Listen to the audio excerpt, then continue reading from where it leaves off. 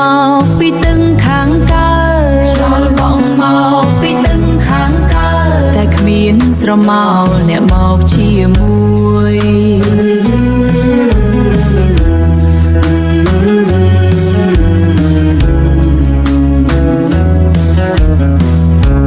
គ្មានទេ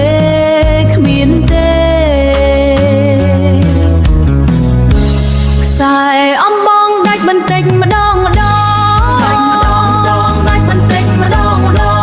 ក្តីសង្ឃឹមរលត់ក្នុងដី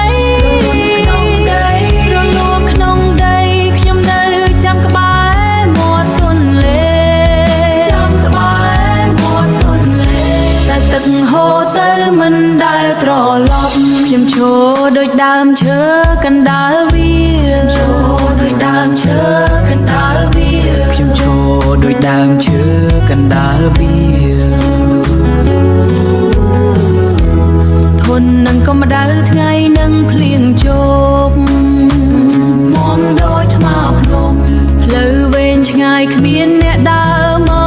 កផ្លូវវែងឆ្ងាយគ្មានអ្នកដើរមកផ្លូវវែងឆ្ងាយគ្មានអ្នកដើរមកមានតែធូលីហុយតាមបាតជើ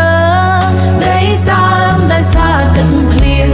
ចិត្តដែលធ្លាប់រឹងដូចដែកឥឡូវដូចភួងរលាយដូចភួងខ្សែអំបងដាច់បន្តិចម្ដង